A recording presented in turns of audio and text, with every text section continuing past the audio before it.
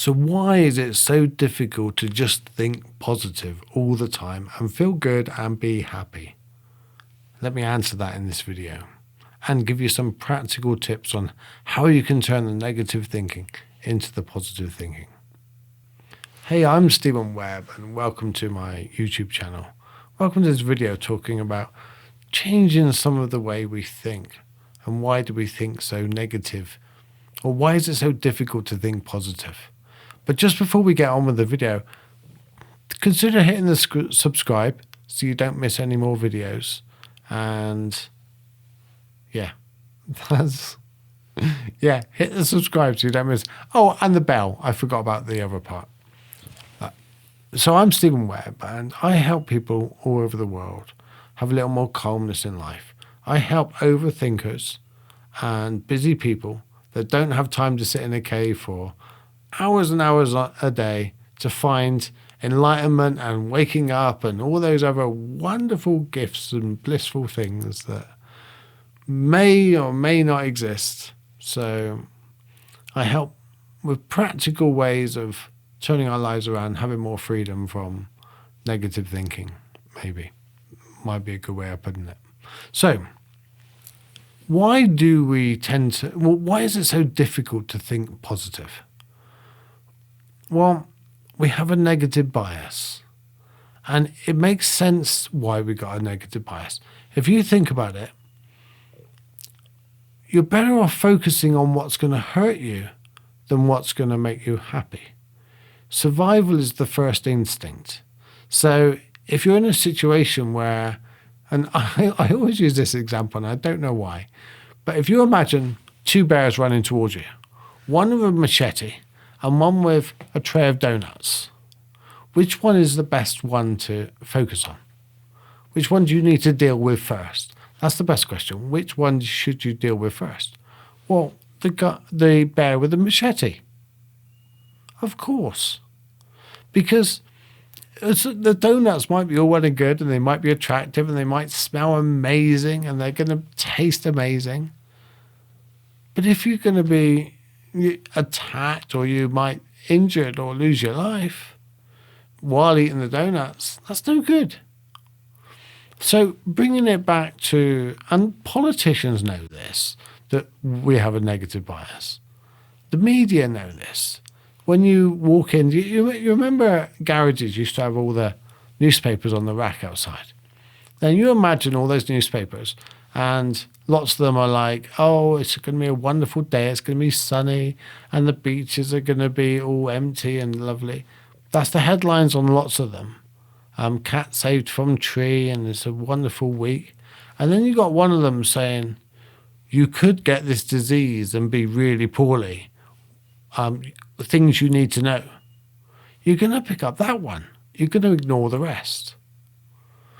And during every campaign, politicians, they kind of tell you what they'll do for you, but they're more likely to tell you what the opposition won't do to you or how the opposition will harm you, because that's got more, it creates more emotion. And that's what it's all about. We have a thought, and it's the emotion that it creates. So if I gave you a good positive thought, you'd think, oh, that's okay. If you think of your favorite ice cream right now, you could do this with me. Think of your favorite ice cream. Now imagine eating your favorite ice cream. How does that feel? You know, you can even write this in the comments as we're doing the video. How does that make you feel? Probably a bit warm, nice, fuzzy. Kind of okay. Now if I told you to think of a worst nightmare of yours. Think of eating something that is really horrible. Maybe your worst type of food with maybe your pet hairs on it. And you've been forced to eat it. How does that feel? You probably feel a bit sick, a bit yucky in your stomach. Now, and if we really went down this route and I really got you to sit in that feeling, you'd start to feel quite ill. And you can see how much stronger those feelings are compared to the feelings of nice ice cream. And it's purely about survival. It just makes sense to have a negative bias. Unfortunately, we don't live in a world where we're constantly under excessive threat anymore. So therefore, the negative bias serves us, but it's overwhelming, it's overpowerful now. So that's why we have a negative bias, and that's why it's so difficult to think positive all the time. So when people just come up and say, oh, think positive, that's it, that's the way you'll save your life. No, that's not human. That's not realistic. And if anybody's thinking positive all the time, watch them. Because they'll be happy and, hey, I'm a positive person, I'm a wonderful person, I'm happy all the time. And then you see them about every 3 weeks, they break down. It's unrealistic. It's not real. It doesn't last for very long. So try to get out of your head that you should think positive all the time. You're not broken by thinking negative. In actual fact, you're more broken by thinking positive all the time than you are having a negative bias. So what can we do about it? Because positive thinking is almost better for us. It keeps us healthier. It keeps us more awake and alive. It feels better. People like to be around positive, happier people. We have better relationships. We have better times with our family. It's easier to deal with situations when we have a positive bias on that. So how do we do it? Well, first of all, I've recorded a video about changing negative thoughts into positive thoughts.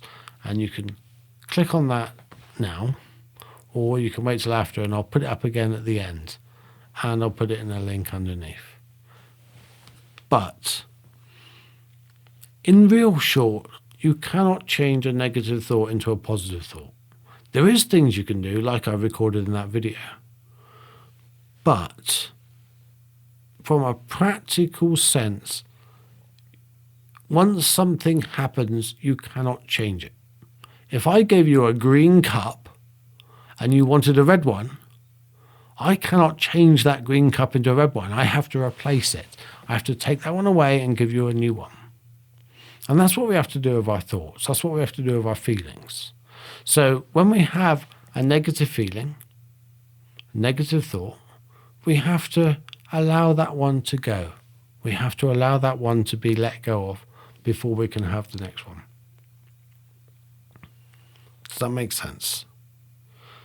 So what we do is we focus on, whenever we get a positive thought, whenever we feel good about it.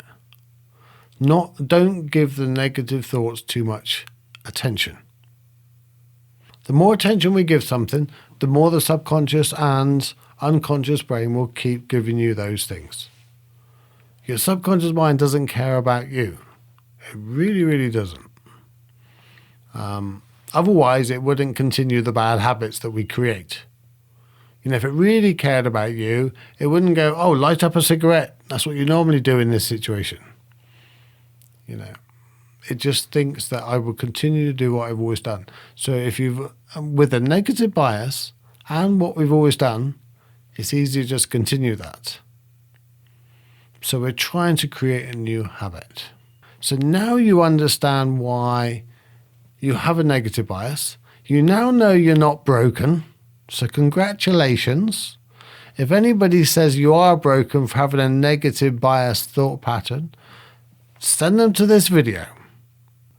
And if you want to become a patron and support the work I do, and if I improve your life in any way and give you a little more inner peace in any way, it'd be really amazing if you could support everything I do. Don't support everything I do. That's just, Right, back with it. Sorry. I'm one of these people that have shiny object syndrome.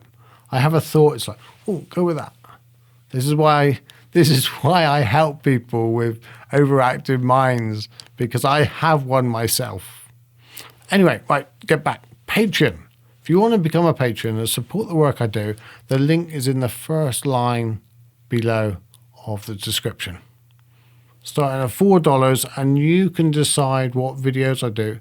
You can decide the subject of my podcast, Stillness in the Storms, which is also a link below. And you can decide the direction on my YouTube channel. And you can support the work I do. You are awesome. Thank you. If you have a negative bias, you are not broken. You are perfectly human. But you can turn your life into a more positive bias. Thank you. Take care. Bye.